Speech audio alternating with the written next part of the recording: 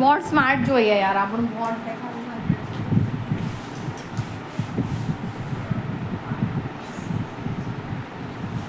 ચાલો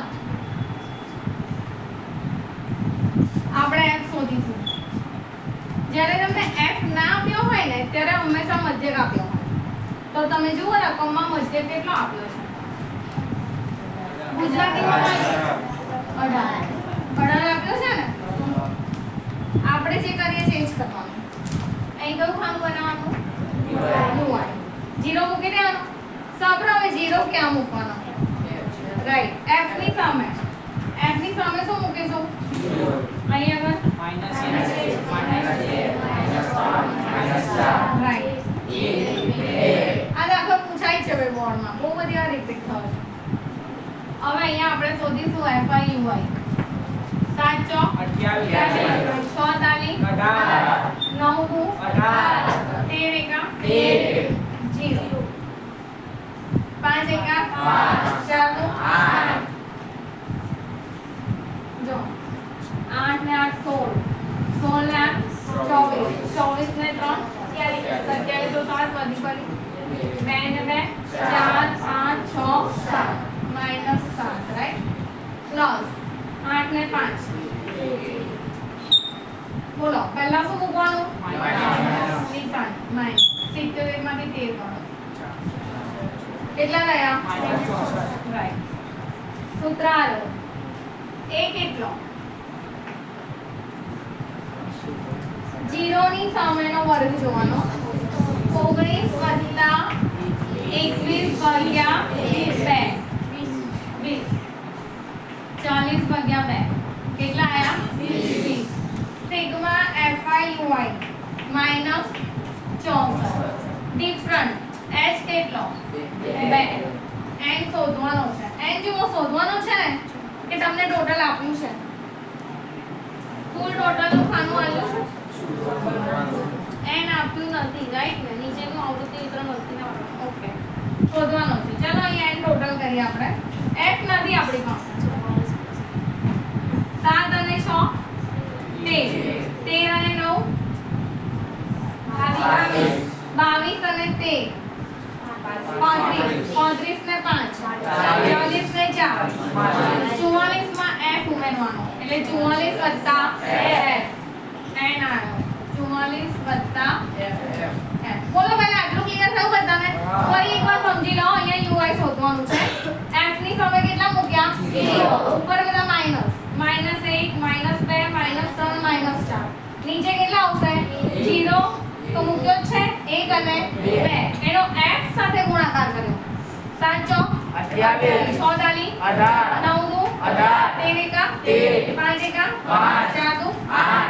માઈનસ નું total -77 plus નું પ્લસ 13. મોટાની નિશાની -77 માંથી 13 ગયા. કેટલા રહ્યા? 64. એ એટલે મધ્ય કિંમત 19 અને 21. 19 વત્તા 21 ભાગ્યા 2 કેટલા આયા? 20. આનું ટોટલ -64 આવ્યું. h એટલે આ ડિફરન્ટ કેટલો છે? 2. અને n એટલે f નું ટોટલ. આ બધાનું 44 અને f નથી એટલે વત્તા f. હવે કશું કરતી નથી, સૂત્રમાં લખું છું. x બાર બરાબર a પ્લસ FIUI છેદમાં n ગુણ્યા h. એની અંદર મને x બાર ખબર છે. કેટલો છે? 18. તો 18 બરાબર a. a કેટલો છે? 20. FIU માઈનસ 64 કૌંસમાં લખવાનું. છેદમાં n કેટલો છે? 44 ગુણ્યા h કેટલો છે? 2. સાંભળો મારી વાત. અહીંયા છે ને મધ્યક આપી દીધો હોય ત્યારે આ રકમ એકલી છે રાઈટ ને. આપણે આનું સાદુરૂપ કરીએ છેલ્લે આની જોડે કરીએ તો આ રકમને અહીંયા લઈ દેવાની. સમજ્યા? આ વસ્તુ ખાસ ધ્યાનમાં રાખો. કોઈ પણ અહીંયા અલગ દાખલો આપે તો તમારે આ સ્ટેપ થી જવાનું. આ જો 18 છે આ વત્તા 20 નું અહીં લઈ દઈશ. કેવા થઈ જશે? -20. અને આ 2 છે ને એનો આ બધા સાથે ગુણાકારનો સંબંધ છે. બધા સાથે કેવો સંબંધ છે? ગુણાકાર. અહીંયા આવે તો કઈ જતા રહે? ભાગાકાર. તો એને પણ અહીં લઈ દઈશ ભાગ્યા 2. એટલે અહીંયા ઓછું થઈ ગયું. ખાલી શું રહ્યું? -64 ના છેદમાં 44 વત્તા f. બરાબર છે? અહીં ખબર પડી બધાને? ફરી અરજો આ 20 છે ને વત્તા એને પહેલા અહીં લઈ લેવાનું. એટલે 18 - 20 થઈ ગયા. આ બેનો બધા જોડે ગુણાકારનો સંબંધ છે એ અહીં આવે તો કેવો સંબંધ થઈ ગયો? ભાગાકાર, રાઈટ? એટલે આટલું જ રહ્યું -64 અને છેદમાં કેટલા રહ્યા? 44 + 2. 18 માંથી 20 જાય તો કેટલા રહે? -2 ના છેદમાં 2 ઇઝ ઇક્વલ ટુ -64 છેદમાં 44 + 2. 2 ગયા, અહીં કેટલા રહ્યા? -1 બરાબર -64 છેદમાં 44 + 2. હવે આ 44 + f અહીંયા આવે તો આની જોડે શું સંબંધ એનો? ગુણાકાર. આની સાથે શું સંબંધ? એટલે એક જોડે ગુણીશું, એક જોડે ગુણીશ તો શું રહેશે? -1 છે ને, -44 - f 44 ગુણ્યા -1 એટલે -44 f ગુણ્યા -1 -f ઇઝ ઇક્વલ ટુ કેટલા રહ્યા? રાઈટ? ખબર પડી આમાં?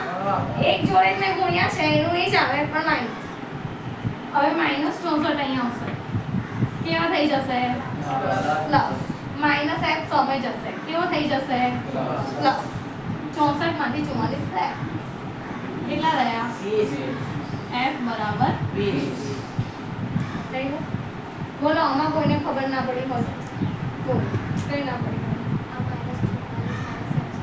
-44 આનું નથી.